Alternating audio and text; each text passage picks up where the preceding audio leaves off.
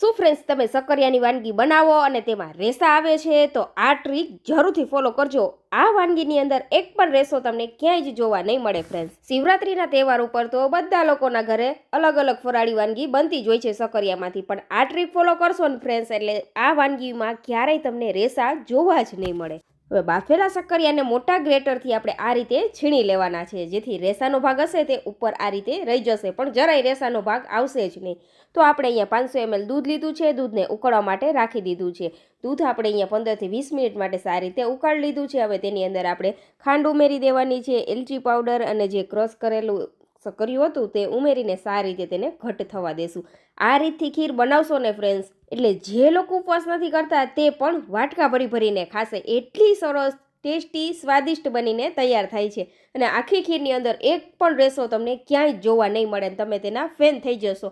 તો આ trick friends જરૂરથી ફોલો કરજો, ઘટ મલાઈદાર ક્રીમી ખીર તૈયાર થશે. તો ફ્રેન્ડ્સ, રેસીપી પસંદ આવી હોય તો ફોલો કરવાનું ભૂલતા જ નહીં.